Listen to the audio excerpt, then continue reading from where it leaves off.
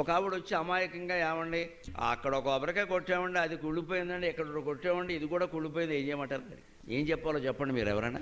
నాకు జాలేసింది నిజంగా. పెద్ద వయస్సు ఆవిడకి ఏదో మనసులో శంక ఉంది. అంటే పాపం ఆవిడకి బెంగ ఏమిటంటే ఈ కొబ్బరికాయ కుళ్ళిపోవడం అనేది మనకి జరగబోయే అశుభానికి ఏమన్నా సూచనేమో. ఎంత గుడ్డి నమ్మకం అండి అది. మన జీవితం ఇంత చేస్తే కొబ్బరికాయ మీద ఆధారపడి ఉందా? ఇక్కడే ఎందుకు అని ఆలోచించాలి. కొబ్బరికాయ కుళ్ళిపోవడానికి నీ జీవితం కుళ్ళిపోవడానికి సంబంధం ఏంటి?